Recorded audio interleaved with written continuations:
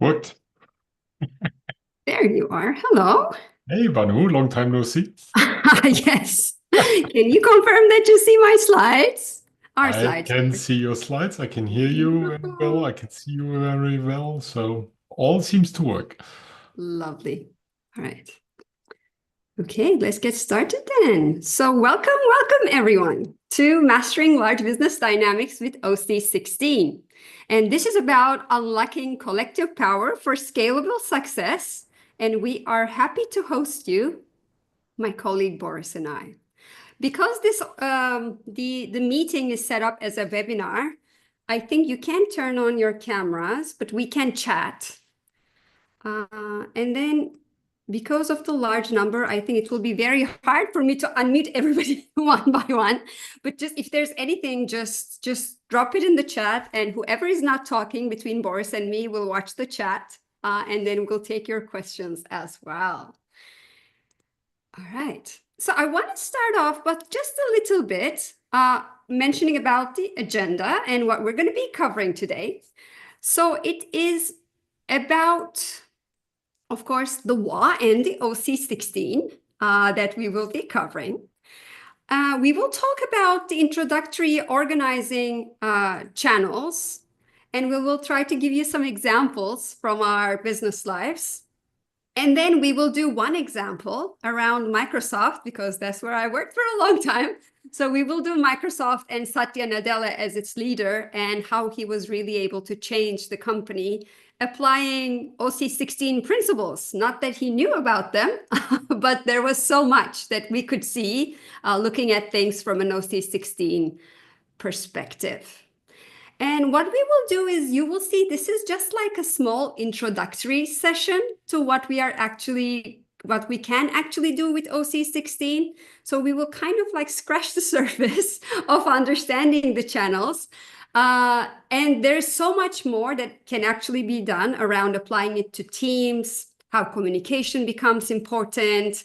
And those ones maybe we'll do on later on sessions. So we plan to do about, I think we'll go about an hour all or up to 90 minutes. I think Boris and I have the capability to talk about this forever.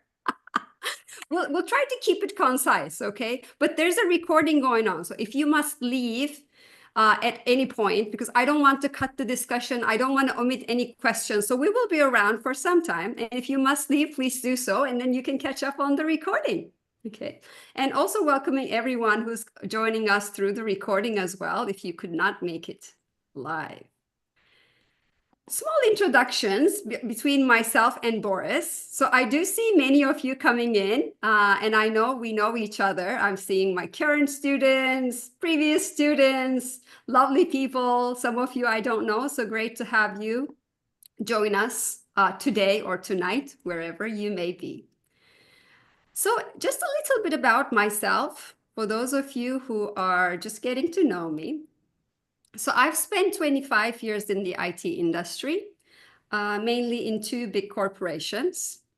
And I was, in my last capacity, I was a sales director, and I led successful teams across the globe. I held many different roles throughout my career. It included marketing, it was sales, the business excellence, and customer service as well.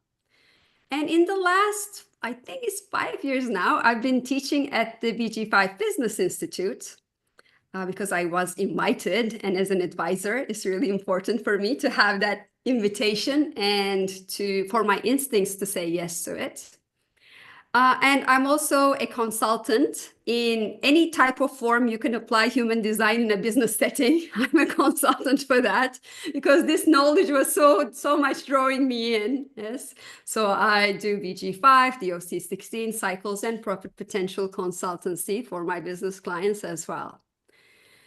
And the legacy I really want to leave behind is being someone who has helped many people bring out the best out of themselves. And my life purpose, according to human design, is being a great teacher, dedicated to explaining the same thing over and over, really bringing in change and furthering education as well. And somebody who's always interested in what comes next. So when I found human design, I felt it to my bones that this was what I wanted to explain over and over, but always growing it, changing it, making it more understandable in certain ways. And below on the slide, you can see my social media tags or links. So if you want to stay connected through those, please do so. And with that, I'll give it to you, Boris, to introduce yourself. Thank you, Banu. Yeah, I'm Boris Nedwed. I've worked similar as Banu more than 2 decades as senior manager in a really large corporate. I covered throughout my career lots of functional areas like finance, IT, corporate audit, risk and controls. International experience and so on. I lived and worked in 13 different countries. I've worked in my career with 53 different nationalities from people perspective.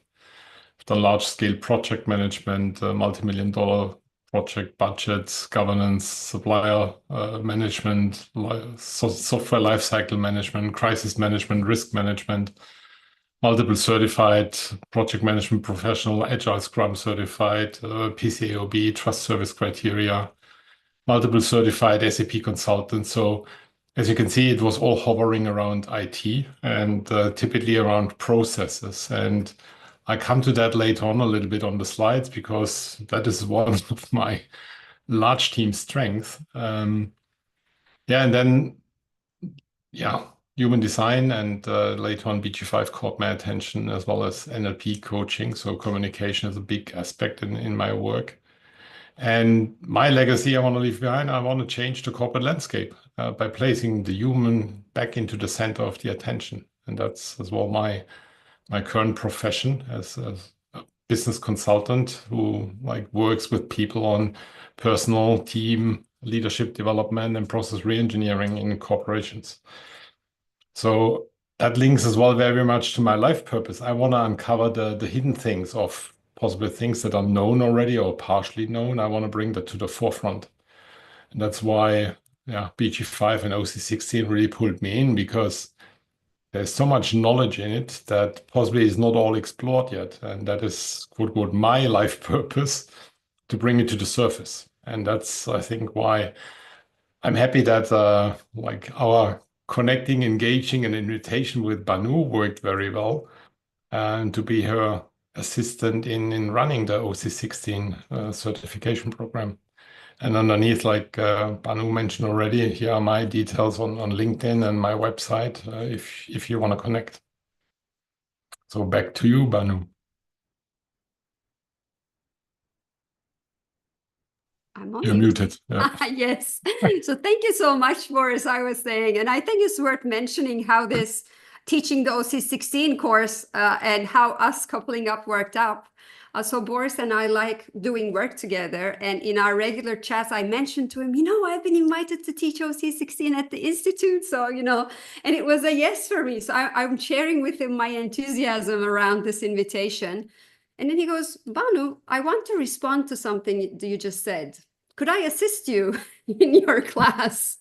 So he invited me into assisting me. So it's like just the perfect flow, because he responded to it and he gave me an invitation. So I'm really glad that that really worked out perfectly well with honoring our designs and how things are meant to be in the flow. So I just wanted to mention that before we start diving in to the information as well. All right, so now let's get started with the basics, if I can. Let's talk just a little bit about the foundational building blocks. I think just the pictures of these little Lego blocks forming bigger formations, if you will, is good in remembering how this is formed. Because individuals, if you think about how business is made, individuals come together. You could be a solopreneur, but then maybe you need a bigger team. And it starts growing. Yeah? So it can lead into a partnership. Then it could lead to more people. So then that leads into a penta, a group of 3 to 5 people. And then when the organization keeps on growing, we have more pentas in. They come together. And I could use my pointer. They come together to actually form an OC16, which is a mid-sized group of people that could really grow, of course, that's led by an alpha. And through adding pentas and OC16s, we form the large groups. And when this happens, there's a natural hierarchy that's being created at the same time as this organization is growing. And as it grows, of course, it's really easy to run things between a couple of people. Yes, maybe you speak directly. You can have syncs more often. But when you have too many blocks like this and too many people in an organization, making sure everybody is on the same page becomes important, and making sure the communication channels are running properly becomes ever important, because we're talking about human design in the business sense, and businesses are really set up for material success. And for that to happen, the organization needs to vibe together as one so it can go somewhere. And this we will also see when we cover the Microsoft example and the management change that happened. It's almost been 10 years now with the current CEO. So we'll also be looking at that. And as the organization is growing, how things fit perfectly well into making it more successful from a large business perspective. So you may be wondering, and I know some of you already know, but some not maybe, so it's worth laying the foundation properly. So what does OC16 mean? So it's actually two parts. The OC is the description. Yes, it stands for organizing channels. And as I was mentioning, the organization being organized and having the channels open so it stays connected in its togetherness, headed in the same direction through a hierarchy becomes important. So there's the organizing channels, and then the 16 is really the size. We mentioned around pentas being 3 to 5 people, but the way the 16 is calculated is pretty much your primary school math. So it's 3 pentas of 5 people and 1 person, an alpha, that brings it together. But as we discuss more, because pentas can be formed of 3 people as well, so it starts at 3. So the moment we hit 10 people, that's when we start applying this knowledge. Okay. And as I was showing you, when we were looking at the foundational blocks and how they're formed, so individuals are bound together through the pentas. As they come in, all individuals, they form some smaller groups. And then the pentas are really held together by the WA. So the WA is the term Ra use for large organizations. And throughout this webinar, we will be talking about using these words maybe interchangeably. Yes, when we say WA or an OC16, it means a large group of people that's more than 10. With the OC16, though, it's more specific in terms of a WA, because then this is a group of people that came together to do something together under a common vision and a direction. Okay. So WA, think of any large number of people. OC16, you can refer to it more in the business sense. And the interesting thing also, I know there are some consultants here and some students here as well. Though the penta really cares about what's in the penta area. Yes, so whatever those 12 business skills, it only cares about that. But the difference with the OC16 is it takes advantage of the whole circuitry, and we will be taking a look at that as well. So individuals connecting to pentas, and then those vibing together, forming this auric connection that forms the OC16 is really how the blocks are brought together and organizations are formed. Now let's look at where do we find this WA. Because I know there are many of you, maybe you're interested in how and where you can apply this knowledge. And we will tap on this at the very end as well, but just to bring an introductory view into it. So OC16 could be many things. It could be a class, for example, of students the moment it's about 9 people, and if you think of the teacher as the alpha, so 9 students and a teacher, at 10 we should start actually applying this, because it morphs into something else. Somebody who's part of a larger group can no longer be just themselves as an individual. So we can't just look at their chart and say, oh, okay, this is how this individual would function, or this is what would be called out of this student or this person in a business. So it could be a class, it could be a team. So this could be a team in a business, like a sales team, a marketing team, maybe an engineering team. Or bringing it out of the business context, it could mean a sports team. Maybe it's a football team, a basketball team. It could be a boardroom, a boardroom of directors that really manage a larger organization. It could be a department of people. It could, in the military, it could be a squadron, or it could be any business in its wholeness that we could apply an OC16. And so the key is above 10, we can start applying this knowledge and seeing things through a different lens, because it starts morphing when we do that. And it becomes handy because there are so many organizations that we can actually apply this information. So this is a slide Boris recently updated. So I'll give it to you, Boris, to talk us through this slide and the numbers. Actually, it's looking at how our business is made up, and it's from the census reports from the US. So it's not like the world, but it reflects the US from the latest census report. And it's just comparing how many businesses are actually out in the US. And it's 3 to 5 people. I would call it the mom and pop shop. It's roughly 90% of the total businesses that are in that scale. And that is really talking about BG5. That's the 3 to 5 people groups that work together. 90% roughly of the businesses total that make up. And they represent like 8% of the total annual revenue in the US. So it's like an inverse thingy. And then you look at typically what is then OC16. So it's 10 and above, and how many businesses are out there. So between 10 to 49, so small businesses, small to medium enterprise, the SMEs typically, representing 75.5% of the number of businesses in the US, it's already quite a number, and they cater for 12% of the revenue. So when you think about these businesses, you have already an OC16 in place where all what we discuss later on would apply, and where you can help and shape better processes, better communication, better understanding how the dynamics in that organization work. And then you go up, and then you see, okay, it's getting lesser. So of the number of businesses that are out there, from like 50 to 81, 101 to 161.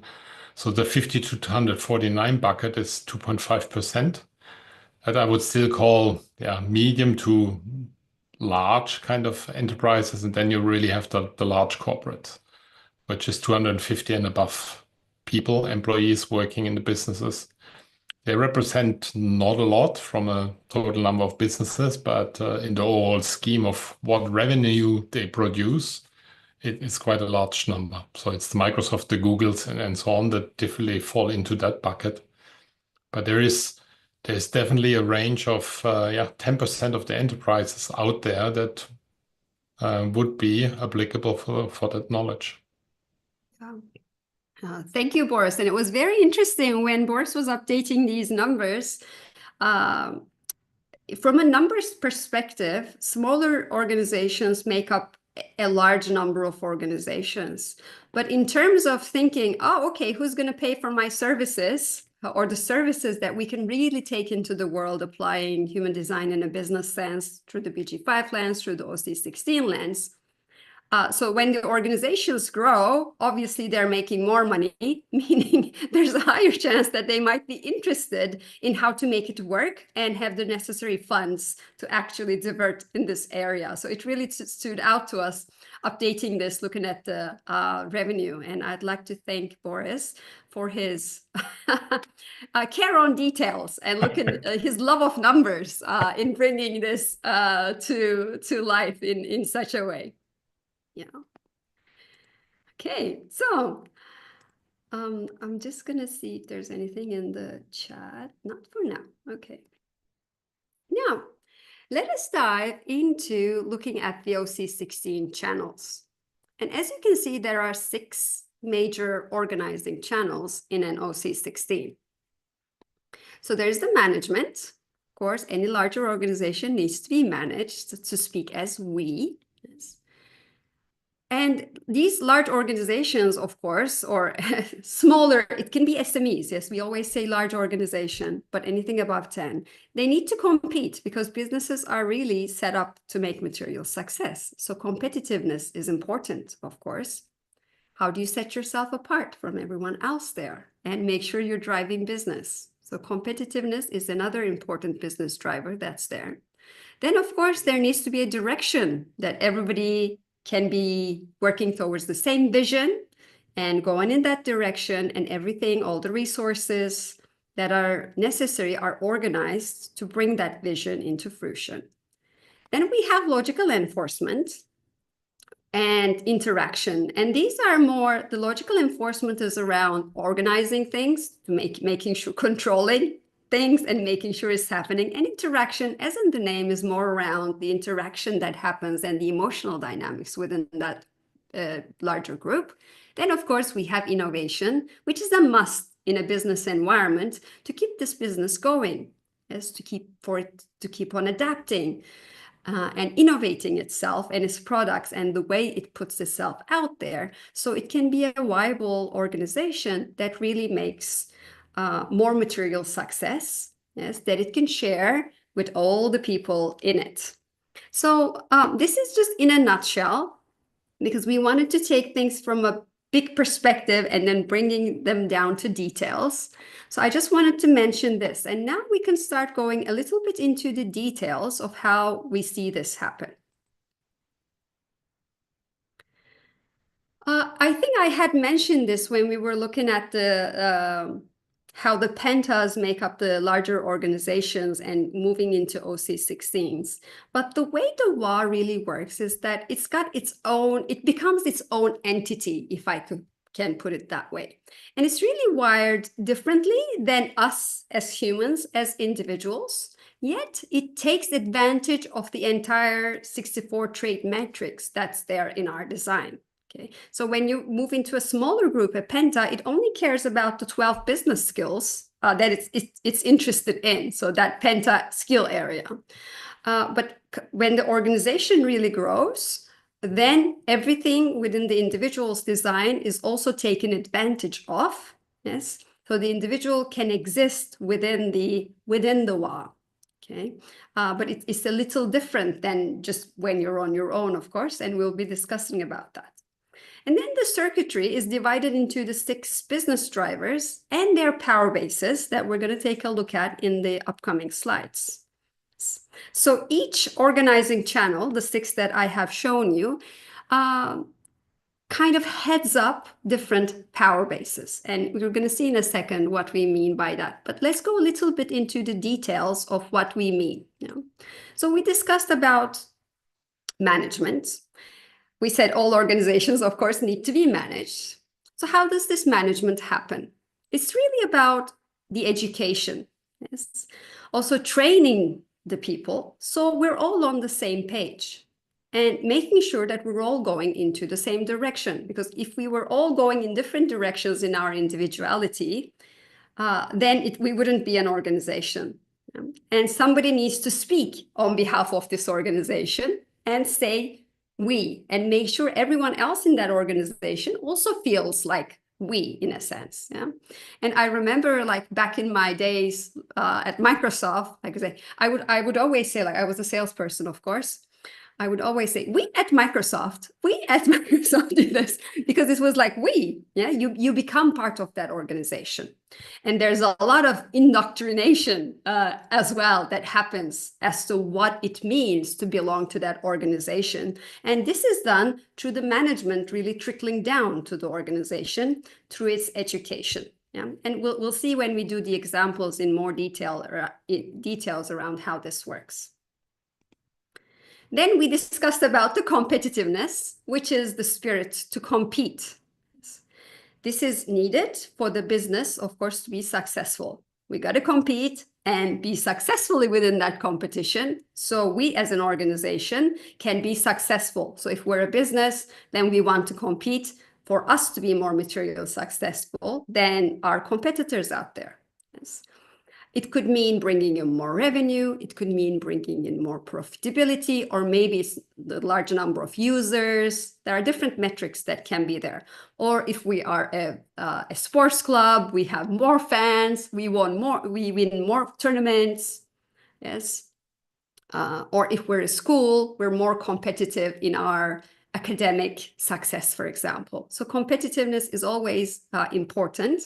And organizations like this are naturally competitive, of course. So this is the spirit to compete that's there. And then we have direction. And we were talking about it. If we are going to be, I like thinking of it like this large ship. Yes. And it needs to go in one direction, and everybody should row in the same direction as well. We can't be rowing in different directions, then we don't move, yes? So setting the direction, having a vision that shows what direction is, yes? And then making sure that we can plan for this vision and direction is important. So we can put the right people, the right resources, and whatever is needed to make it happen. So these are the important components. And then, Boris, maybe I can give it to you to do the next three if you'd like. Yeah. Yeah, the next one is my home turf, so to say, and you will see later on why. Logical enforcement is really how you set up the process, the controls, the framework, basically, in which boundaries you operate as a business. And that is all logic driven. So we do this because we sell these services, we sell these products. So there is a certain logistics stream that is in force, and you need to control it. You need to cater for it. You need to have people that manage it, that run it. And that is actually enforced by logical enforcement. And it's really logic that comes into the picture. And then this is judged, this is controlled, this is well punished. When you're not behaving like that, codes of conduct and things like that play a role, then you get punished. You will be kind of kicked out or fired from the company. You will get a pay cut or whatever it might be, or you get a marking in your records. All of that is in the logical enforcement. And we come then to the next one, which is interaction. That is where you pull the people into the organization. You create a kind of the we that comes from the top of the management, and you create this emotional feeling of the group. So how you feel being a proud employee of a Microsoft organization, that is coming here from the stream of interaction. And the last one is innovation. And innovation is really the creative force. That is what mutates the business. This is what where you have the new developments coming in, the creative force.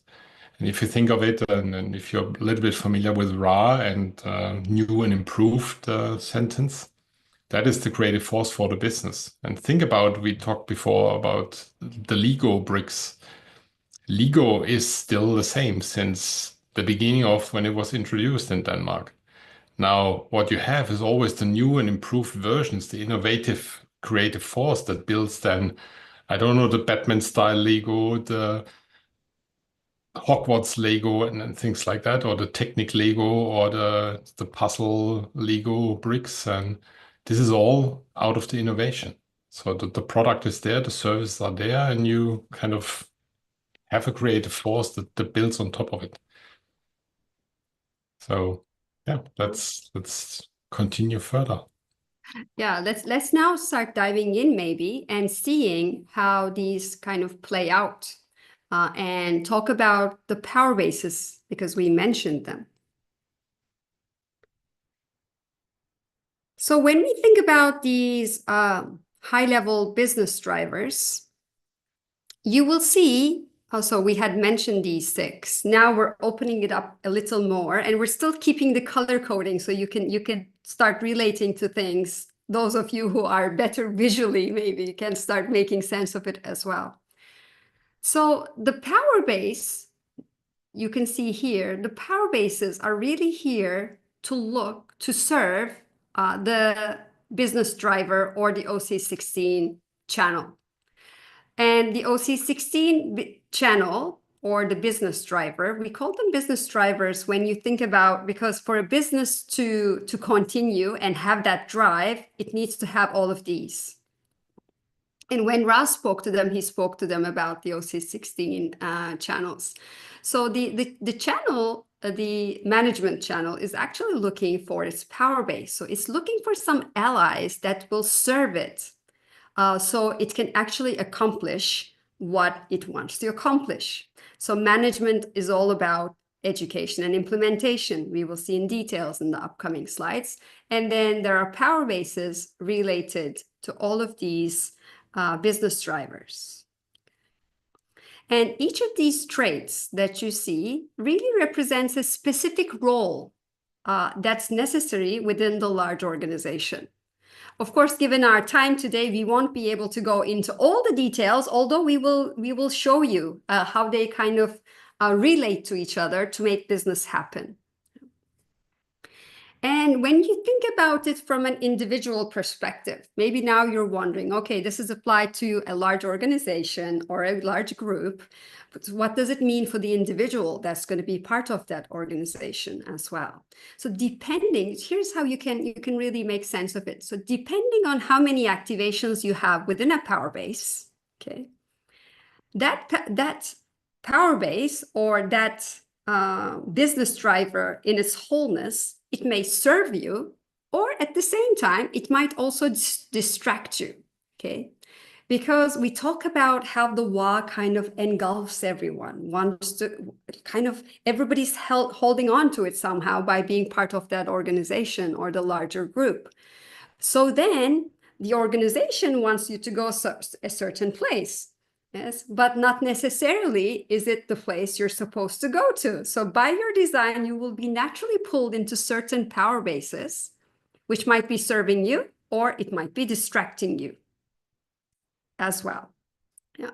So if you have any of these, though, if you have any of these as a channel, then you can expect that the moment you go into a larger organization, then you may be called in to positions and even executive and management positions within that large organization. So let's say you're a teacher, let's say in a bigger organization, in a school. I think it was one of my students, Marinka, I don't know if you're here, Marinka, but I know you signed up. She was mentioning about a client friend of hers who was actually, oh yes, here you are, Marinka, about a friend of hers that she was working with who was a teacher actually. And looking at it, she also had some OC16 channels in her design. So then we know, and any individual that has any of these is meant to be in a large organization. They will probably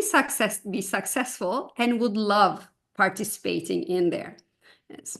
If they have the management or the business driver channels, probably they can continue and be called to in executive positions. If you have certain activations or part of the power base, then you will continue to be pulled into work for those areas of the business, if I can put it that way. So this slide, even if you had no Maya mechanics, you didn't know how to look at things, just by taking your chart and plugging in, if you have any of these, okay? So you can have a sense of which ones you would be pulled into the moment you move into large organizations. So now let's start diving into the details of how these work. First of all, of course, I want to speak about the management, yes, which we said is all about education. It's about training the organization and also conditioning everyone, yes, to get on the same page and move in the same direction. So always think of this, I like thinking of the ship example, and I encourage you to think of it as well. So everybody needs to row in the same direction, and then maybe there are other people on that ship, they need to do different things. Yes, somebody needs to cook so people eat.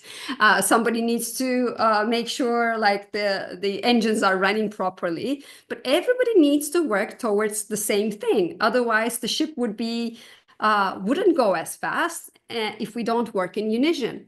And this is done through the education and training and the conditioning. Yes, some type of indoctrination even that we can talk about. That sets the culture of this group. Yes.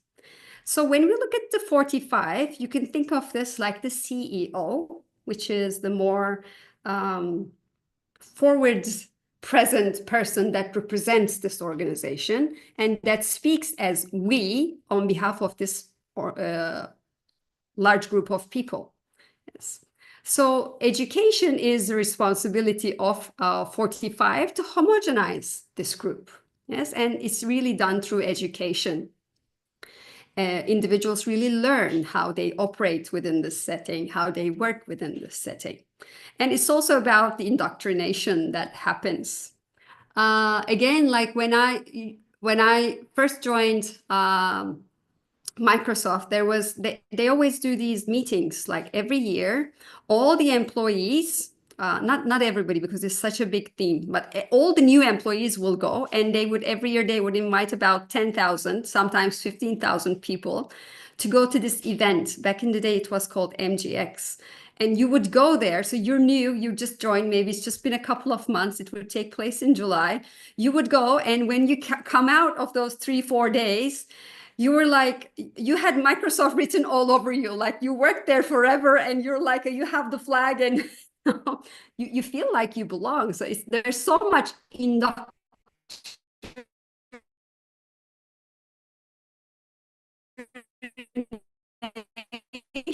that just one example is that, it's the most recent, the longest place I worked, but many organizations have such things coming in and being indoctrinated.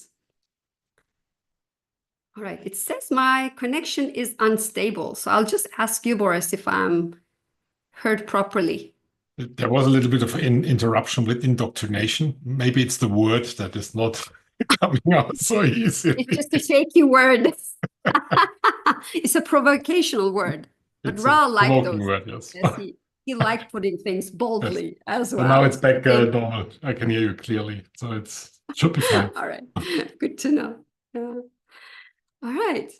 And then, so 45 is all about education, is putting the culture in there. Yeah.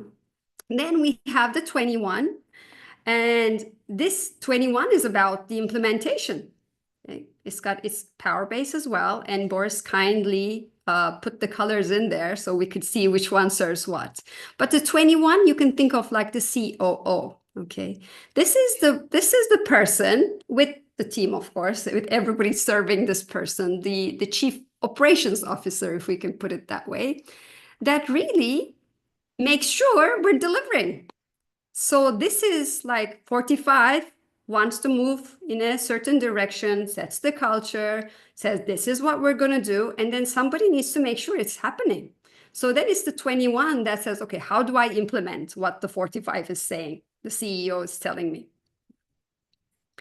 And of course, the operating person who's heading up all the operations is someone who has great responsibility to make sure that things get done, yes, and makes things happen. So it controls the environment in a way, yes, and enforces the drive or the mechanism that's really necessary in order to bring out of this large group, of this OC16, what the outcomes are going to be, and also what the rewards are going to be. So, and if you also look at the chart, just worth mentioning, okay, if you look at these, the color coding as well, you will see that the CEO, the head of the company who speaks on behalf, is like also the mouthpiece that speaks on behalf of the organization. Remember, we said these are hierarchical. So it trickles down, and CEO sits at the top of that organization and speaks on behalf of the organization. Usually emotions and drive are part of the CEO's domain. You can think of that like that. And then the survival instinct and the willpower are really the domain of the chief operating officer. Yeah. So you might even see like the CEO is the good cop and then the COO is the bad cop sometimes. But it's necessary, yes? We can't just be all nice and smooshy for businesses to work. It's necessary that there's that drive and somebody making sure that that's done. So this is how it happens. Yeah. And when we study further, there are some tension points that can rise between the CEO and COO as well, which can be important. But we're not going to get into that here. But there's that detail as well that we might be looking into at a later time. All right. And with that, Boris. There's a question from Myra in the chat. What is like if a person has both traits, like the 45 and the 21? Because it's not a split. So can this person be either the CEO or the COO or both? So yes. Yeah, the answer is of course yes. Yeah. But then of course, like if you think of yourself as well, Myra, we wear different hats all the time. Yes. So you could be in your capacity, the spokesperson on behalf of the person, on behalf of the organization, setting up who we are and speaking on our behalf.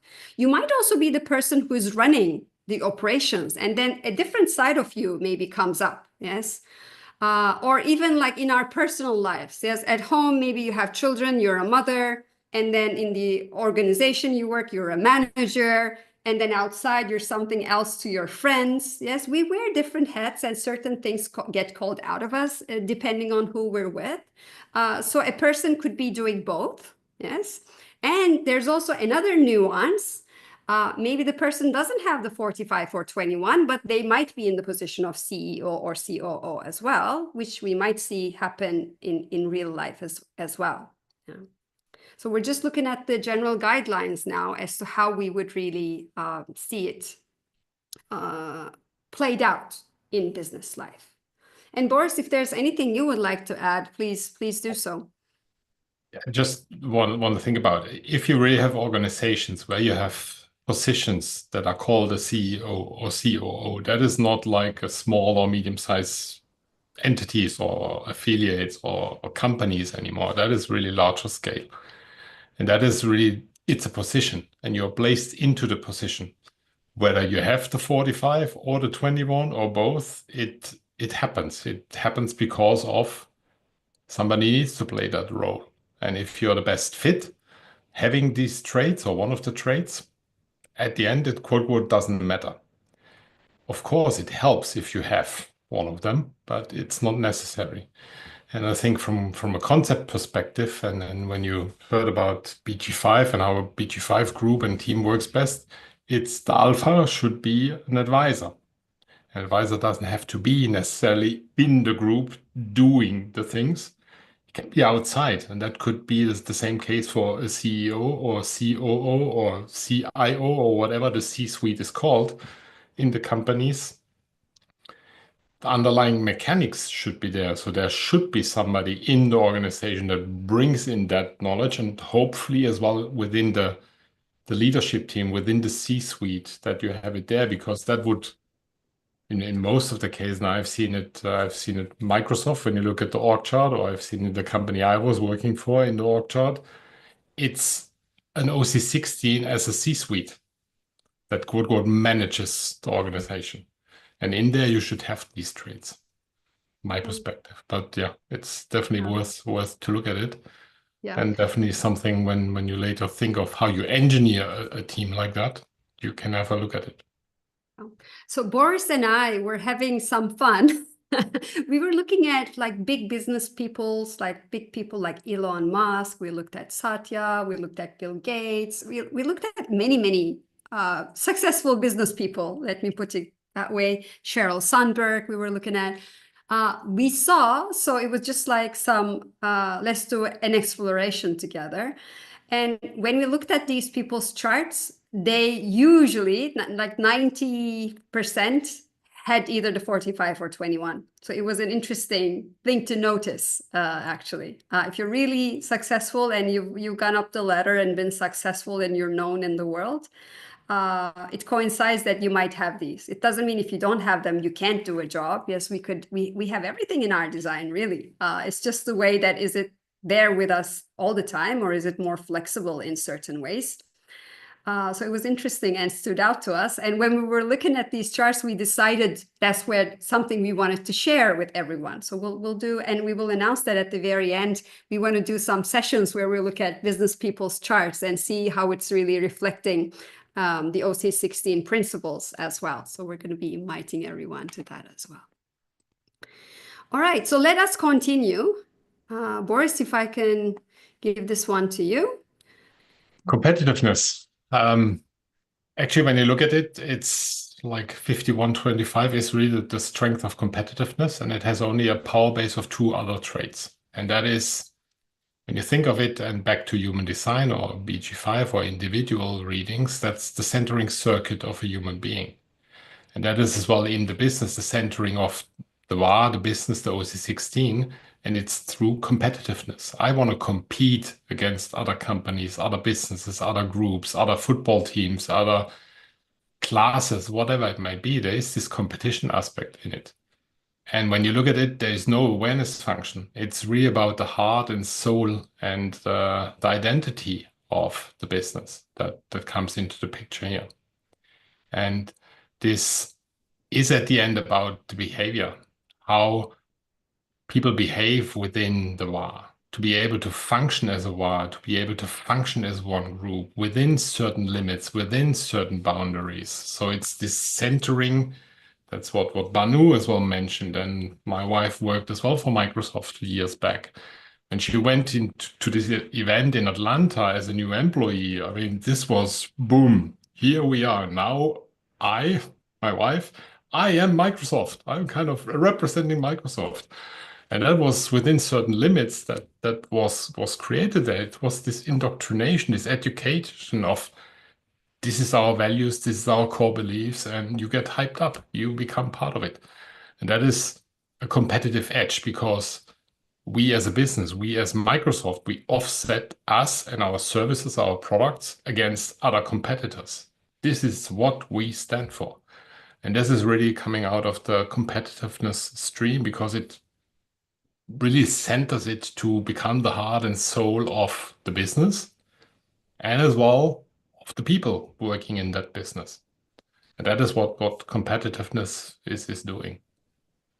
And of course, I just want to add, when you said, like, speaking about the we and the indoctrination, so I only worked in two big corporations. So the first one was Xerox, which is a printing company, which kind of evolved itself throughout the time. But when I worked there, it was it's known, like, you Xerox something, even it's given the name. So when I was there, I worked there for 12 years almost. Then for me, that organization was the we. So I went to my customers, I represented my organization. And for me, I was like, we at Xerox at that time. And then I changed jobs and I moved into Microsoft, where I worked for 13 years. So there's a little glitch in between where, like, I would speak, like I would say Xerox at Microsoft exists. You're trying to decondition yourself from all these things that are in your head. Yeah. But then after a certain time passes, it's just like you belong to the new organization, never belong to the older one. So it's very interesting how that kind of happens. I had a similar experience when I left the large corporation 3 years back now. I had as well still afterwards. I was talking we and that name of the company. And I was like, I'm not part of that we anymore. I'm not like centered around those anymore. I'm myself now. I'm kind of independent. So it takes some time to kind of decondition myself to say, yeah, I'm not part of that WA or OC16 anymore. It took some time. It's that powerful. It really pulls people in and makes it the heart and soul of the employee as well.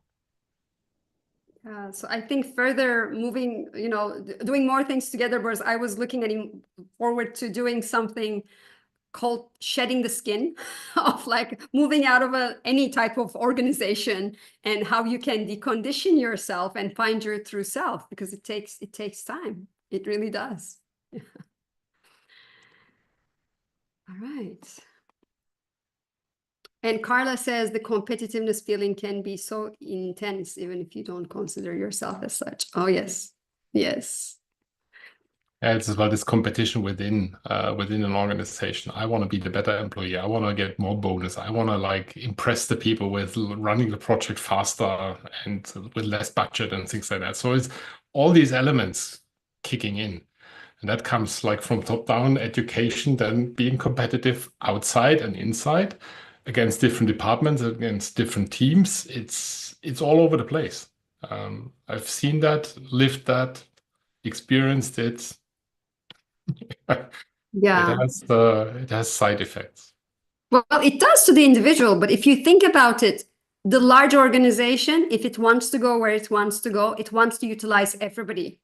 So then you should feel it to your bones for it to be successful, for the organization to be successful. And the organizations who are successful in making the individuals feel like they belong, I think they're more successful. Because if you're not part of the we, then you slip out if you don't feel like you belong and you don't contribute as much. So it's important. The successful ones have that feeling of we much better than the ones that weren't, I think.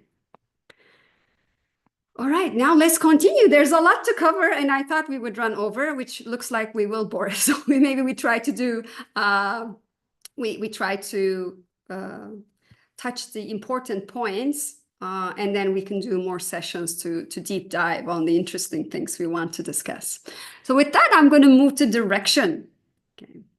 And we talked a little bit about this, but this is setting the direction, having a vision, we plan for it, and then we also put a structure to it. Yes. So there's that creative potential that's there, and then there's the creative expression that's there as well. So if you look at how the power base is really organized, it comes with an inspired idea. Yeah, this is the storyline. An inspired idea that can really be converted into something that's rational. Yes, a rational concept. And then having the insight into making the concept more efficient and being able to explain it, to express it in the 23. Yes. And then also explain how the plan will contribute, yes, to the organization. And then it becomes part of the creative identity of the group. And then it's supported by that vision and direction and the necessary resources. And remember, this is also important because the 214 is what hooks up everything together. The pentas are also hooked up through the 214 as well. So it's important. And it makes sure everybody is in the same, is moving towards the same direction. Then we have logical enforcement, Boris's favorite business driver. So when you look at it, it's a large organizing channel. It has a lot of power base, and the whole power base is built around the logic stream. And that is really what logical enforcement is about. It creates a certain logic that people can buy into it and follow. So it's all this logical sensing that if I do this, then I get a paycheck. If I do these process steps, then there is a logical handover to the next department, to the next function. If I do the packing, then the logistics, the truck can come and pick it up. So there's always this logic in all the steps. And ultimately, this channel is enforcing the correctness. And with that gives it stability and security to everything, and patterns and rhythms to everything. And it ultimately ensures the security of the paycheck. Yes, if we follow these steps, we will sell the products, and therefore every month I get my paycheck. And that holds the OC16 together. That is like the security aspect that brings the people under one hood and creates a safe haven. On the other side, it's as well the punishment, that if you don't behave as it should be, then you will get punished. And that is as well the logical enforcement that does that. And it's all about not the survival of the individual, because it's all collective circuitry. There's nothing individual in there. So it's the VAR, it's the survival of the VAR, which is ensured by the logical enforcement. All the vision, all the direction lands here, and this is how you do it, how you execute it, how you kind of make it happen and control it. And that is ultimately reflected when you think of large corporates or large businesses or even medium-sized businesses, all these compliance aspects, these standards, these policies, this code of conduct, how we behave, what are the values that the company represents. This is all anchored in here. And when you were introducing yourself, all those short like acronyms of all your certificates, I'm like, oh my God, he has so many, because it's all about these controls, you know, having the certificates, making sure you can control what's there. Yep. Even you mentioned SAP. So it's an ERP system that runs a company, and it makes sure we control everything. Everything is done by the book. It makes sure everything moves down in a correct way as well. Yes, let's say there's an order, and then it's like it goes into to be shipped, and then we and the make an shipping invoice. document is the goods receipt. The goods receipt triggers the invoice. The invoice is then to be paid. It's all all these process steps. It's very logical. It's like one step after the other. Yeah. Yeah. And no wonder you, being the builder you are, like step by step, and then you having the logical enforcement. So here we have Boris, the logical enforcer, as you can see. Yes. And it's actually interesting because I just realized, and when looking at the chart again, I have quite an even distribution. I have the organizing channel of logical enforcement, plus a number of activations. But I have as well like innovation. I have as well direction. I have as well management. I have activations all over the place. And that is why I am really a large group animal, so to say. I really feel home in there. I really have had all my roles. My last role was global head of risk and controls. And managing processes, controlling it, punishing it, auditing it, reviewing it, logical enforcement. And all the people trusted me. It was never a question that I would not be able to do that. And I was just growing into it. I was called one day, even if I want to join that group. It was like, quote, quote, pure coincidence. And it was not. It was my calling in the organization to ultimately land there and to lead it, to, quote, quote, establish all these processes. Happens. Oh, sorry, Boris. Did you want to say something else? Yeah, I'm okay. All right. I also want to just mention, maybe there are some of you who don't know, this is how to make this chart, and how to look at somebody's design from an OC16 perspective is something we cover briefly in the certification process as well. But if it's the first time you're seeing this because you haven't advanced or you haven't started any certifications yet with the Institute, we take somebody's design. So we would take your design, look at all the 26 activations that you have. And then, of course, it's done automatically, but it's a matter of plugging in what you have and also looking at your core essence and grounding and balance as well. And to see if you have any of the channels or half of a channel, we call it an activation, it would be highlighted. And then depending on how many activations and traits you have, it calculates a percentage. And then there's a hierarchy of looking at it. But it's just a matter of bringing in somebody's activations and looking it through a different lens. And this is the tool that we use to see how an individual could express themselves and whether they belong in a large organization, and in what way is done through this. Yeah. So just wanted to mention that as well. Now let's move on to the next one, which is innovation, which is something I resonate a lot with. Yeah. And we discussed, this is really thinking about what comes next. How do we make it different? There's that pressure to change, yes, to adapt, to make it new. And it works in two ways, actually. There is the innovation of the internal operations, and then also the innovation or the change and mutation of the external messaging and the appeal that's there. So one part maybe is making the product or the service and how we deliver it innovating on that, changing it, just like Boris was mentioning around how Legos have evolved through time.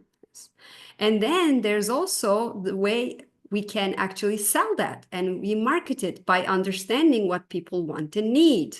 Yes, speaking to their emotions, maybe romancing. That we can also make innovation in this area, and the organization as a whole innovates itself to move into the future. So this is really changing things, adapting them, and I will show you in the next slide, and then feeding it into the vision and the direction as well. Remember, we're looking at them in sections like this. We're dissecting it into components, but then they all come together in the end. So it feeds into the vision and direction as well. And what I was mentioning again, as you can see, there's the new product innovation. So we see what's happening in the marketplace, also having the intuition of what to innovate about. We take a risk, yes, because it doesn't mean just because you designed a product or thought that something would work, that it would really work and be adapted by people. So then we fight to get what's new accepted as well. So this is product innovation, that's part of this. And then there's also the marketing innovation. So being present, listening to what the customers really want, and then expressing. So this, now we're more in the emotions, as you can see. So expressing the spirit of our products, yes, romancing our customers, and then also provoke them to fall in love with what we have. So then we keep on changing, adapting, and being able to sell in certain ways. And the organization keeps on regenerating itself. Yes, we talk about that a lot these days, this regenerative innovation that's there. It's important for a business to survive into the future by adapting itself. And this is my chart. As you can see, if I run and Boris called me the innovation queen, so we had some fun making these slides as well. So when you look at my chart, as you can see, I don't have any OC16 channels myself, but I have activations. And then innovation is my strongest, actually.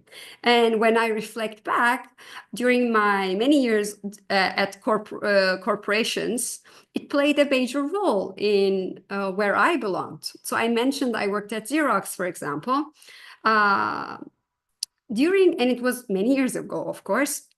They had integrated some software capabilities into the printers, these multifunction products that you can scan, print, fax. Yeah, we used to fax at that time.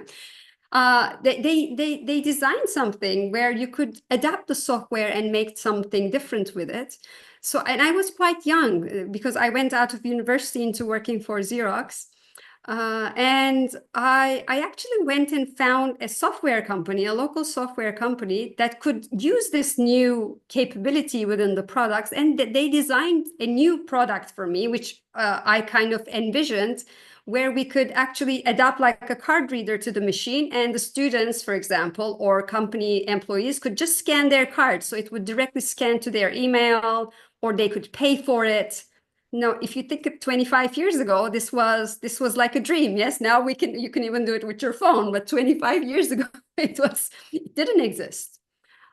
So then it was me like seeing, okay, these customers, the universities need this, businesses need that. And there was something in the machines they built, like a capability where I went and I convinced. So we actually paid a software company to develop, and then we were able to sell it to several universities as well. So that's like one example I can give around how it has showed up in my life. And then I can also give an example. During my years at Microsoft, I held some regional roles. And there, Microsoft usually runs through partners.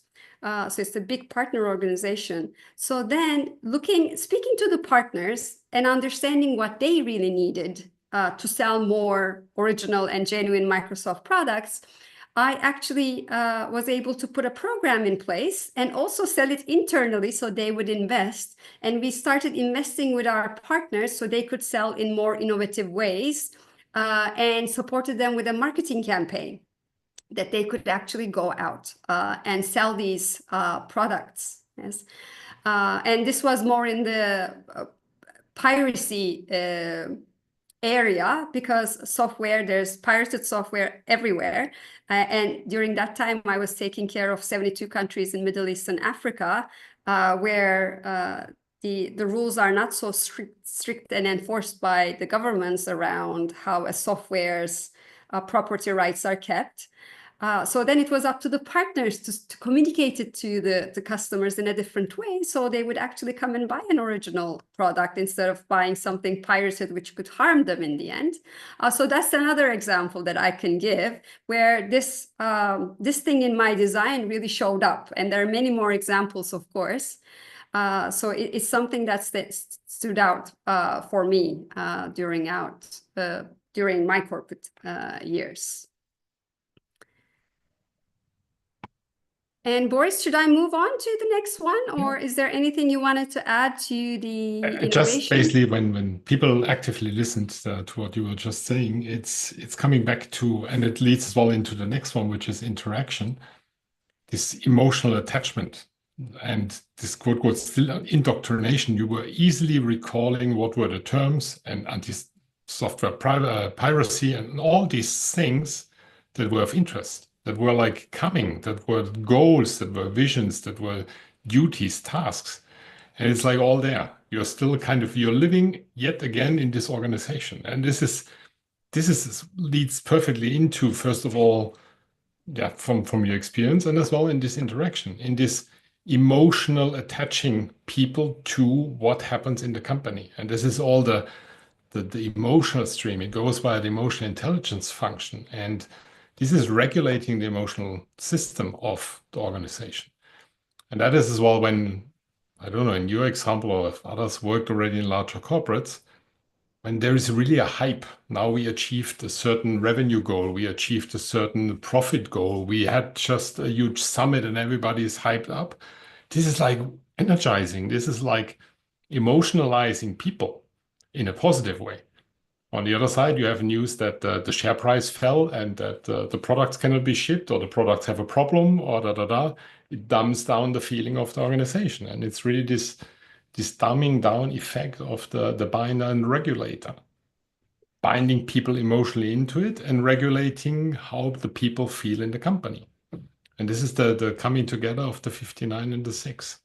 And it's all about this crisis, emotions, the daily things, but it's as well about the emotional dreams. Where do we want to end up? Where do we want to be seen by our customers, by our clients?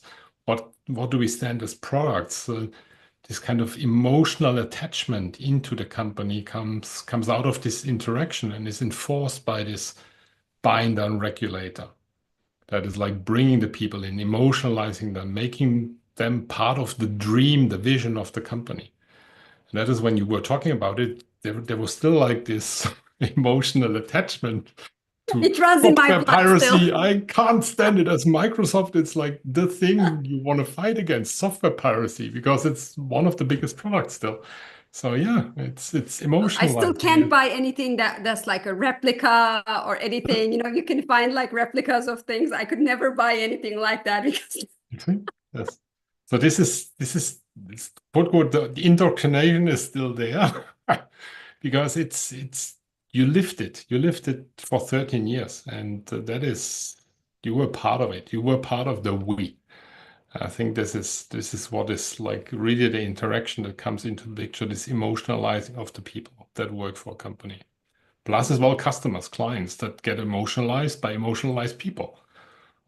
And if you were in engagement with customers and clients, and you had this emotional feel and the we, and you live it, this is kind of swapping over to the clients as well. Yeah, I want to buy from you, Banu. I buy 10, don't know, .NET client server packages or whatever. Yeah, and just building on what you said, I'm just reminded. And not only is it for the organization, because like when I said like we worked with partners, in time, if you're the partner of a company, Yes, let's say you're an AWS partner, or you're a Microsoft partner, or a Google partner. It could be anything, but even partners, they kind of get indoctrinated. You call them into like these offsite meetings, you go train them, you put an account manager. So it's like the whole organization, there's a vibe to its employees, but then it's like it's got these tentacles. I want to mention, think of it like that. All the partners, they kind of feel they belong to the same thing, which can bring it under an umbrella. Because I remember when I used to manage like distribution, because we work through distributors in countries, we could bring as a company three distributors. They're competitors of each other, but the commonality is they both distribute the company's products. So then you could bring them together, even be part of one thing, train them, have fun together and all that. And they also live it to their bones. It's an important thing to be a partner for an important company. So it can trickle down to even wider audiences when you think of business. And when the business is successfully able to do that, then there's more success. Even like a football club, yes? There's the major players, and then all the team that supports them and all the fans, and it becomes like one big thing that's there. If you can do it successfully, then the vibe is even greater. Yeah. And this trickles down through interaction a little bit too. That's why I wanted to. It just came up to me as you were speaking to this, Boris. Yeah, and then when you kind of move to the next slide, we wrap it up, how the structure of this large group looks like. And in the people that possibly are a little bit familiar with BG5 and the upper and the lower part of a penta structure, for example, like the roles and the kind of doers, it's very similar here in OC16. So when you think of it, what you heard before, management, competitiveness, and direction, is really this upper management structure. This is like, what is the vision of the company? Who talks on behalf of the company? Where do we go? Against whom we compete with what types of products? With whom do we get into competition? This is really the upper management structure. Then you have like, what would the middle layer? I mean, you look at it, it's two sidearms, the survival instinct, the emotional intelligence, and the energy resource that are like involved. This is like holding the structure. This is like two hands holding the thing up and lifting it up. So this is, we call it where the actual work gets done. This is where the execution happens. This is where, yeah, people do the do.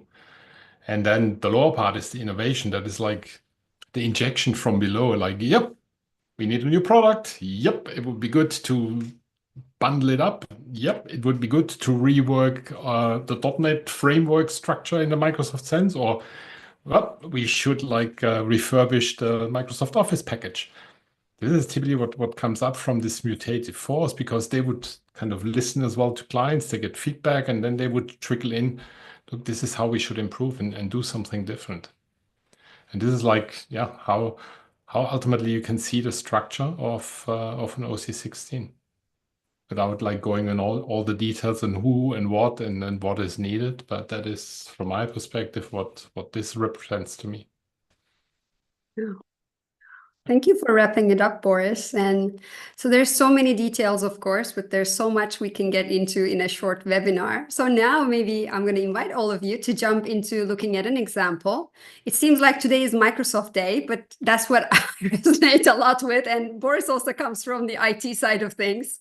So we picked this one, and it was quite an interesting thing to look at. And moving on, we want to do more different examples as I shared. So let's quickly look at Satya Nadella, who actually became the CEO of Microsoft. It's been 10 years now, I think. In 2014 was when he came. And I actually lived through it because I had joined the company in 2011. So I had seen the old CEO, the old culture, and then with his coming in, how things shifted. It's really shifted. So just a little bit about sharing the story of Satya, and who he also wrote a book later, which I have on this slide. It's called Hit Refresh. Okay. He's a really inspirational leader to me, and I believe to many around the world as well, because he has really curated a different culture. It's the culture of inclusion, where all employees can really bring their authentic self to work, where they'll be respected and treated with integrity. And since he came, there has been such a change in the company, and it's also absolutely visible in the results. We're going to take a look. He started implementing things. So and I lived through it. And then Boris and I took the OC16 lens. We found Satya's design, and we applied the OC16 chart to see like what he did during these 10 years. How is it resonating, disseminating from his design, and how is meant to function in the business world? And we saw so much. Okay, so this is what we want to share with you in this section of the webinar. So, and these were beautiful words of wisdom from him. So he said, he was speaking to when he took over as CEO. He said, we needed to find out who we were, why we were this way. See how he speaks always in the we, and to consider what the world would look like without us in it. In short, we needed to rediscover our soul, he said. Yes. And every person, organization, and even society, yes, moving to the individual, from the individual all the way to the bigger wa, reaches a point where they owe it to themselves to hit refresh, to re-energize, to renew, reframe, and rethink their purpose. Okay. And that's what he did. He hit refresh. And when you become a CEO, we talked about the education, training, indoctrination, and the culture, and what does it mean to be we, and setting that direction. And that's what he exactly did. So now let's start looking at it from an OC16 perspective. So this is Satya's chart. As you can see, he is a classic builder, yes, who needs to respond before engaging. He's synthesizing, meaning he doesn't like being locked in to things, and he wants to move around and work with different people, which we have seen in the things that he has done. He was a 2-4, a natural influencer. Yes. And as you can see in the environmental style, it's solo and large group, because he happened to have one OC16 channel. And then as you can see, there are so many activations that he had. So just like Boris, we can say he's a large organization person, yes, in his design.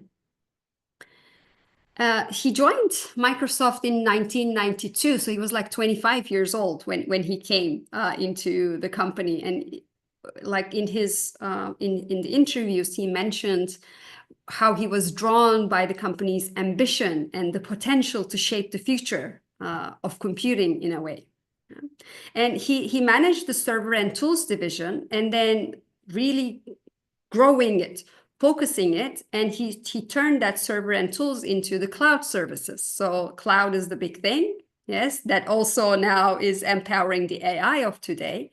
And he's the one who took the server and tools division and made it into the Azure platform.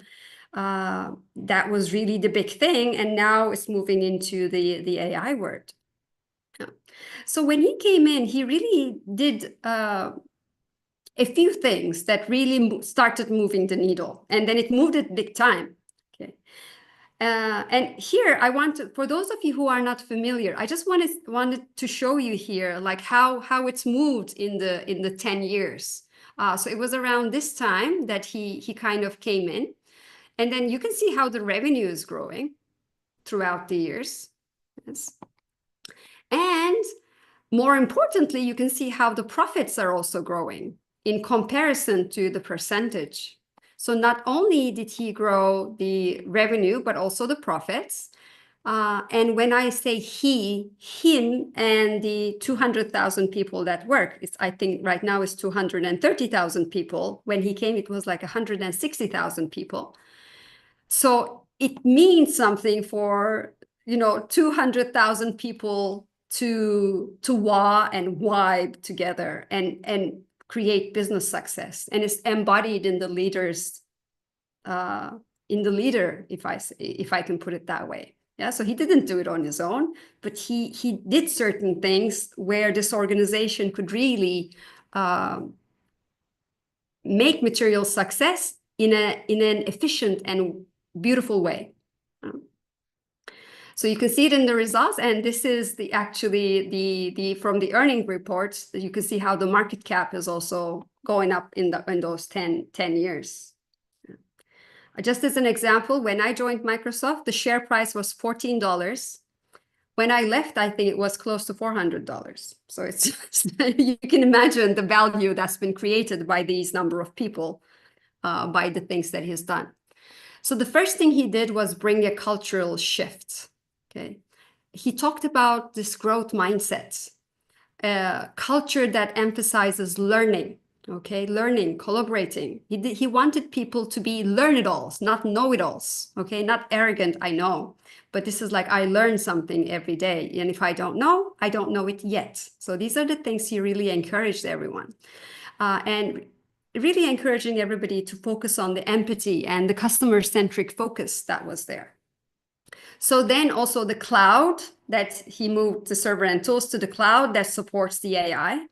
He did many acquisitions as well, growing the company, he brought in LinkedIn, for example. No matter he brings in a networking platform, he's a 2-4 as well. So, and then GitHub, embracing all the developers, and many other things that happened. He started partnering and opening up things, yes. So that also was instrumental in this war, working with other organizations for success for this organization to happen. And that's how he could really bring the financial growth. And because we're thinking business, we're talking business, yes. If a company is financially growing and is sustaining itself and is growing its profits, it can only invest more into its culture. It can invest back into its employees. It can trickle it down to its partners. Yeah. So it becomes very important, that material success at the individual level and also at the business level. So these are all the things that he could do, given his design and how it trickled down with everybody that worked with him, of course. So now we want to show you few examples and tie it to his OC16, because telling a story of a successful leader and just putting his chart in general maybe doesn't pinpoint exactly how we would see. So Boris and I picked a few examples that stood out in the organization. Okay. So I, for example, mentioned how he really cared for the people and having that trust culture. So complete change in the culture. He implemented like parental leave policies, always putting the individual first, the mental health programs, diversity and inclusion became very important. So all those inclusion strategies, yes. So he said the individual is important and we should build trust, yes. And the WA, this organization, should be nurturing and ensuring collective security in certain ways. So these were some of the things that he first did when he came. And then when you look at these things that he has done, you can see how it's reflecting into the OC16 activations that he has and how he vibed with that within that power base to make it happen. That is And Boris, possibly, just feel free to jump in. Yes, I was going to say, if there's anything you wanted to mention. it's actually for all the people that are in the call and possibly like thinking about taking the OC16 certification course. I mean, this is really examples where Banu and I said, look at that. Look at what you find in speeches. Look at what you find in the documentation on big companies' website, like code of conduct and things that may come later on to one of the Microsoft sites as well. And you can relate these words to the OC16 channels and what were the business drivers behind what we just explained. So if you start listening to that, when you go into such a company, you can talk their business examples when talking to a management channel. Yeah, Satya, you have done this and this and that belongs to the sphere of management, educating the people on the new culture and so on. So this is the idea to relate activities, noticeable activities, especially from a CEO that is really in out there and doing the talking on behalf of a company. You find material that you can relate these to. And that helps to talk the language of business. I think this is a key component of educating good businesses how to use OC16 information for building their organization. You talk their business language and use examples. Where do you see it in the chart? I think this is the idea of Banu and myself, what we want to bring in. Like, we have close to 50 years of business experience together in large corporates. And we've seen these things happening. And that's why we say, look, start relating it. And then you would see why OC16 actually works. Exactly. Just continuing, so the recognition of who belongs and providing that security. So it was very important for him to have the right people in the right roles, holding people accountable and also empowering them at the same time. It trickled down to all the management principles, which I will show you as well in the upcoming slides, where it was trickling down to the organization.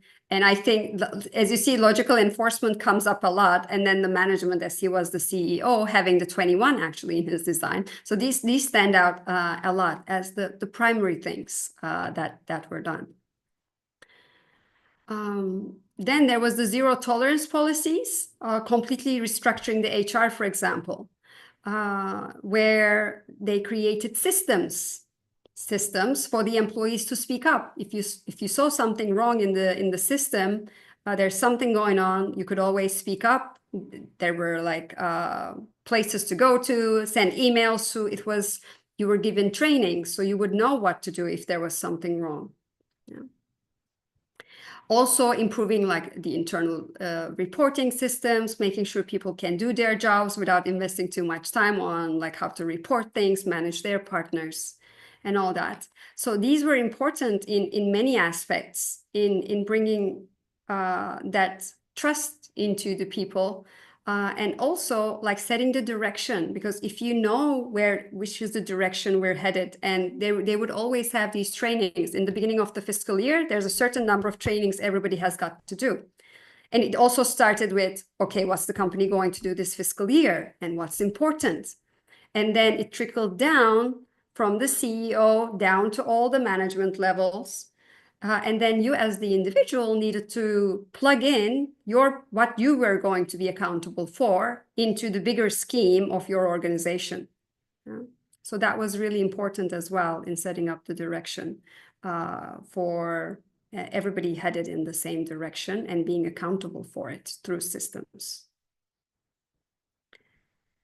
Then the innovation piece, I mentioned a few things, the partnerships, working with competitors, acquiring certain companies as well. This drive of this collective growth, yes, supporting the company, keeping it competitive at the same time. You can collaborate at the same time and compete. Yes, and it's okay to do that. Like when I first went into Microsoft Office, everybody uses Excel. Most people use Excel, Excel and the PowerPoint. It's an important tool for a business. And when I first went in, it just worked on Windows. But then later, it expanded to using it on the phone. It expanded to using it on an Apple platform.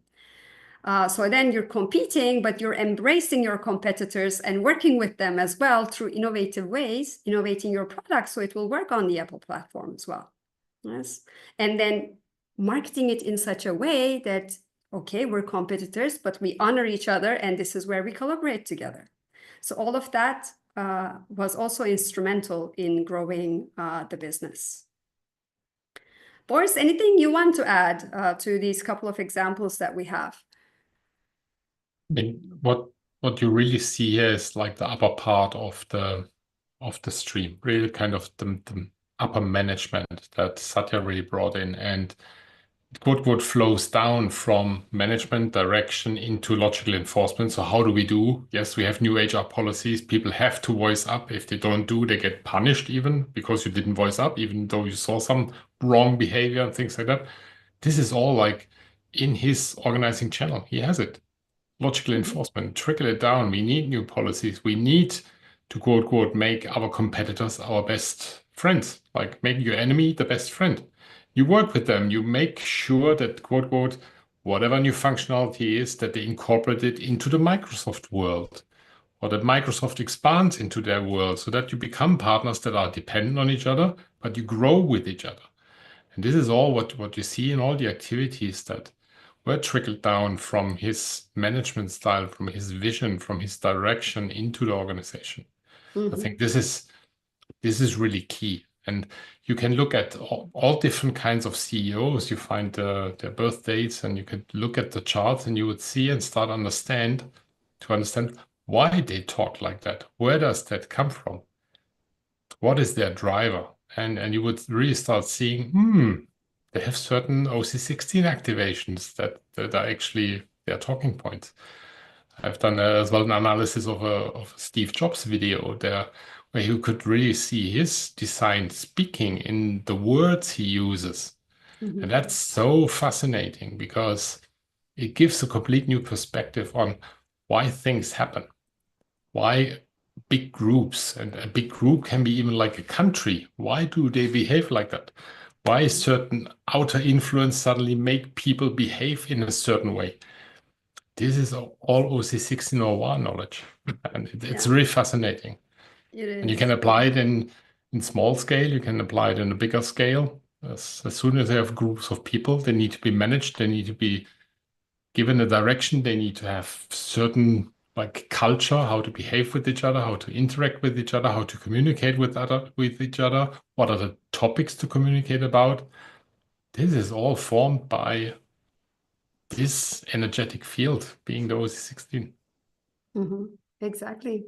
So just continuing now on a couple of more things that mentioning at the high level. Yes. So the values were really reworked after he became the CEO.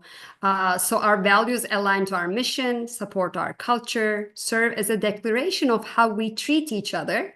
Yes, our customers and our partners. So these were respect, integrity, and accountability. Yeah.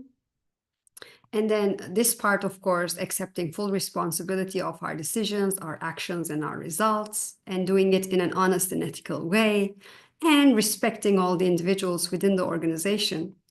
These stand out within the values. And on top of the values, he also built like a manager's expectation. So if you were a people manager within this organization, what's expected of you as a manager? So this was also, the framework was also devised after he became CEO, of course, supported by the HR person.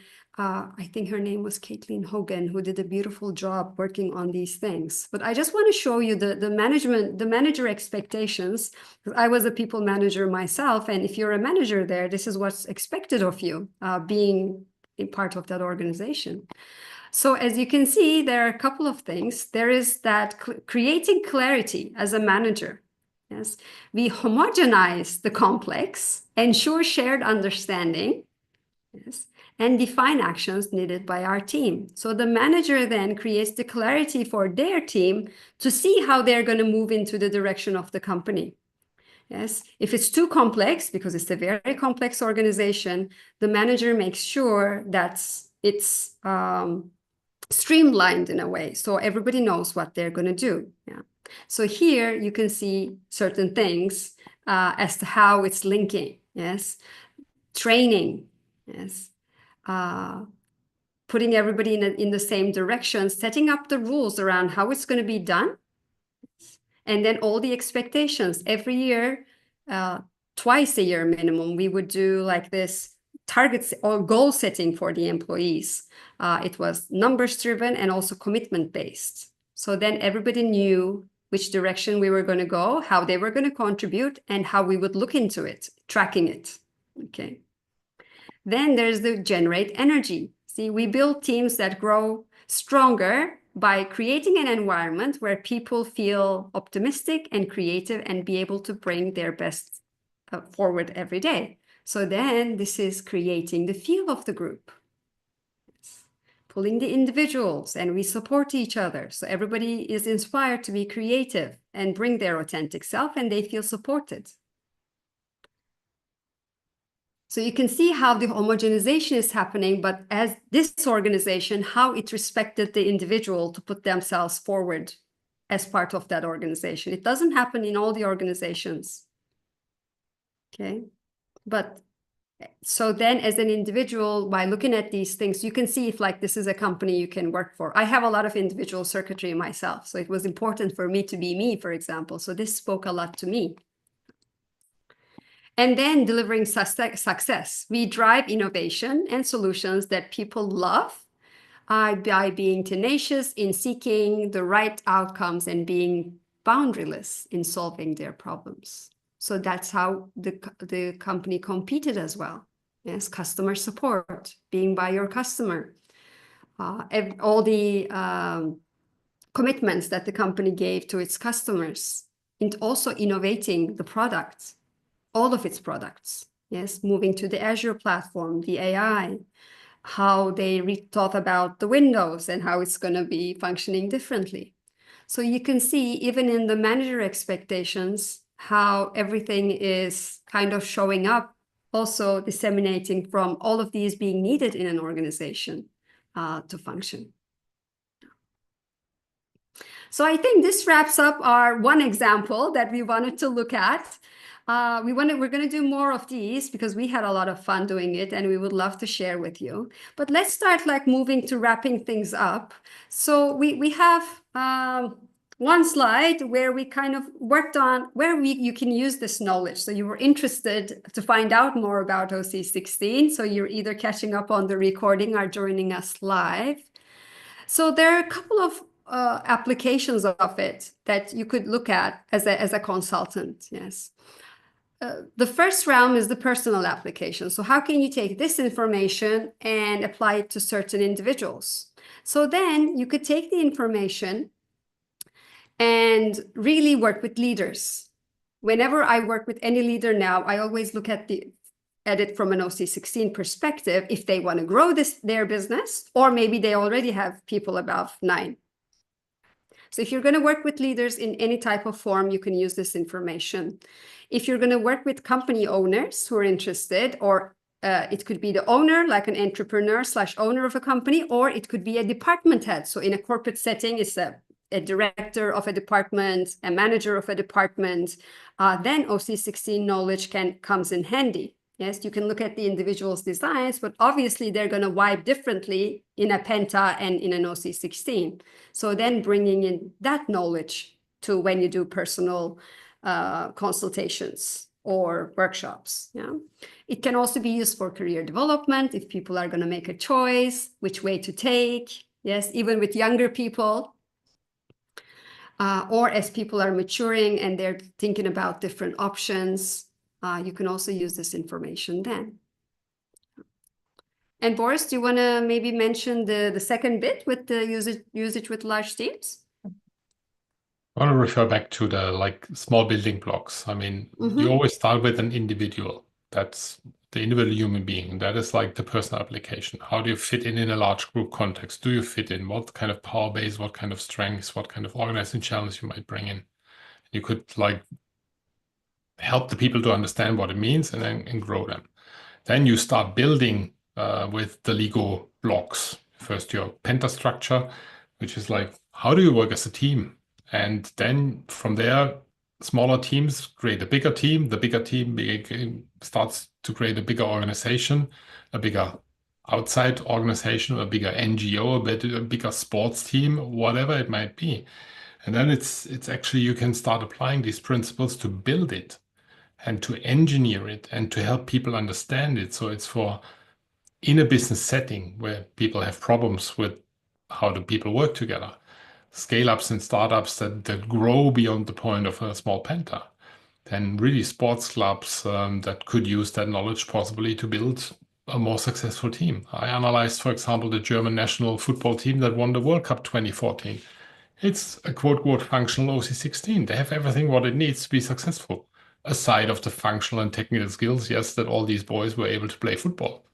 But as a team, they had everything in place that related to an OC16. And then it's shaping it into what companies typically talk about. It's people, process, tools. The people is the employees.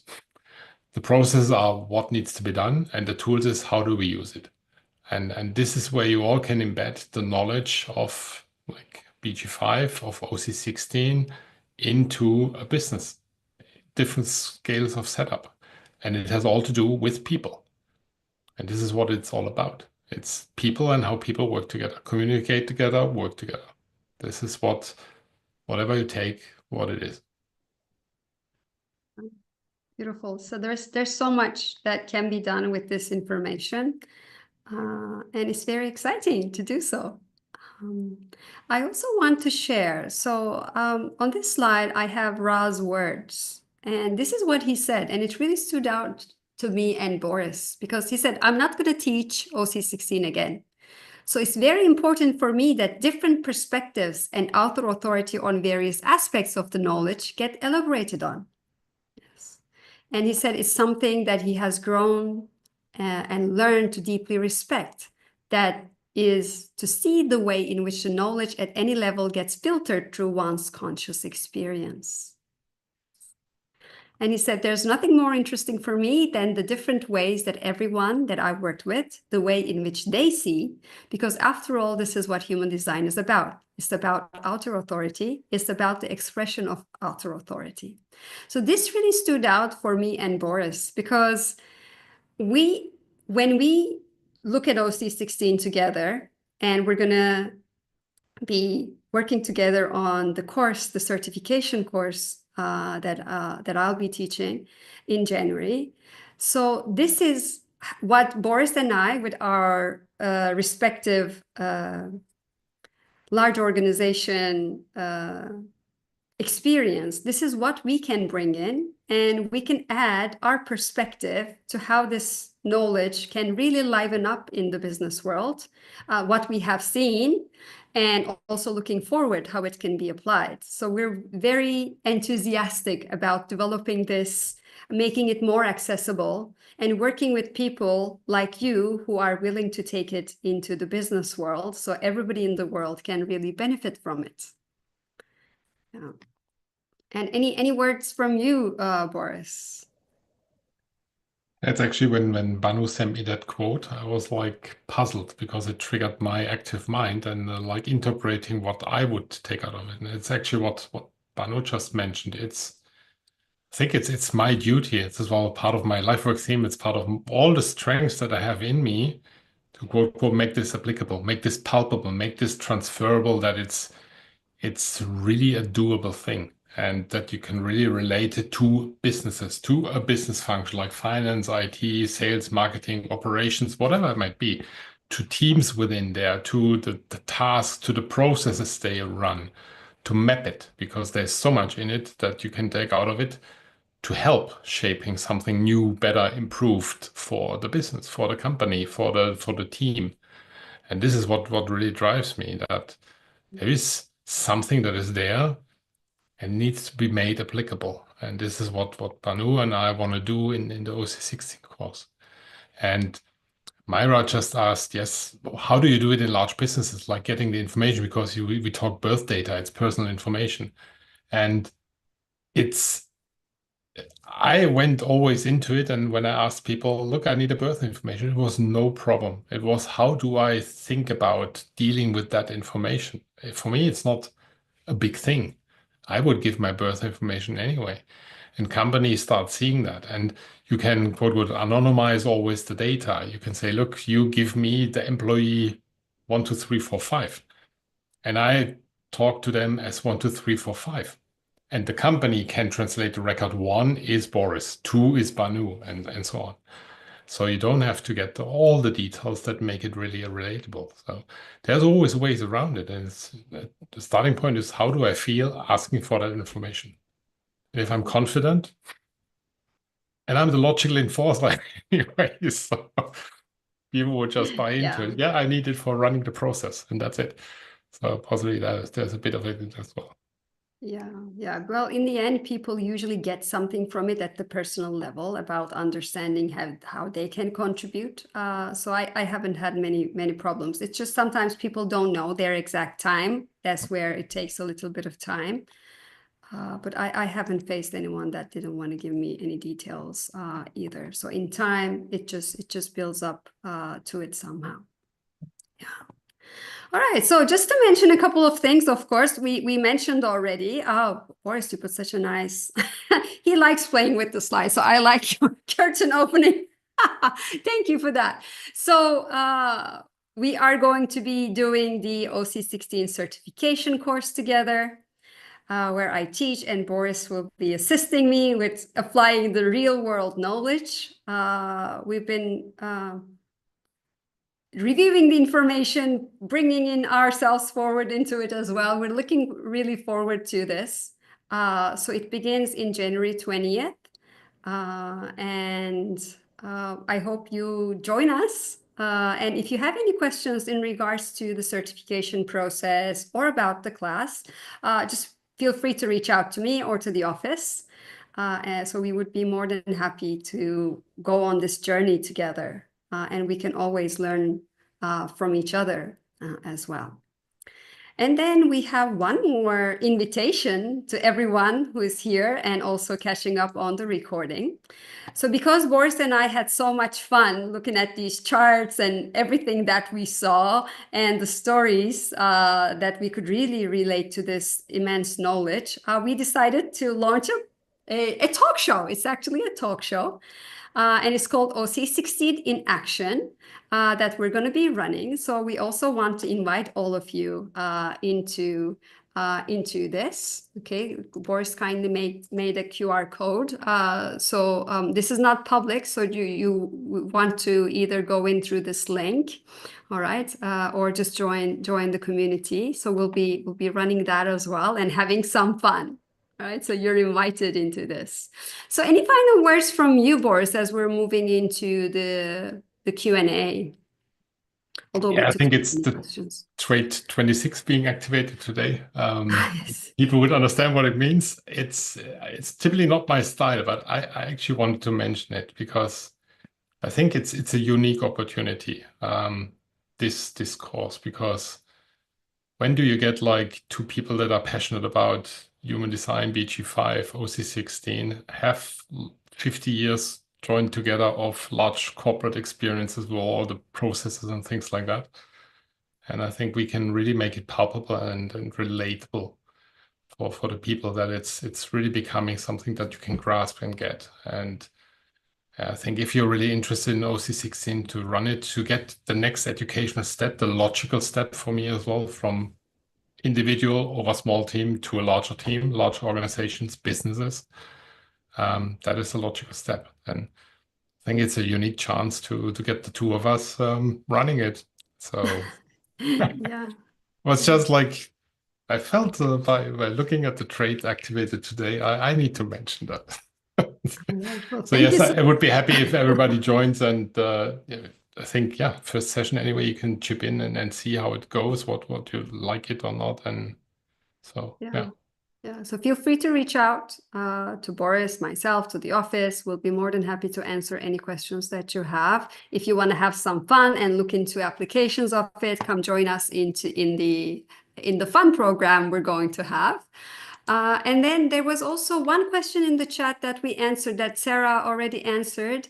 It was around for those of you who want to audit, I think the Institute also offers auditing possibilities. So you can reach out to the office for that if you want to really embrace it at a different level and go deeper. And if there's anything else, we would be more than happy to answer that. So I can just stop this sharing and maybe we can just be us on the screen. So any questions, any comments? And I'm seeing all the thank yous. So thank you everybody for being present. All right. I don't think I've seen any other questions in the chat. Beautiful. Okay, we've already run over time, which I expected we would because we have so many things to share. So apologies for that, but catch up on the recording. And very lovely to be with all of you. Thank you. And we're looking forward to meet everyone on this journey somehow and sometime. Thank you. And Boris, thank you so much for working on these beautiful slides with me and developing the content. It was a pleasure working with you on this webinar as well. It is a pleasure. It's the innovation queen that actually triggers the mutative new insights as well. And then our experiential process 6447 just kicks in, and yes, so it's a lot of fun, and it will be a lot of fun. It's a lot of material, a lot of details, a lot of data, but you can be sure that you will have a lot of fun. Yeah. Beautiful. So, thanks all right, all. everyone. Thanks Have for a the good rest of invitation. the day or an evening.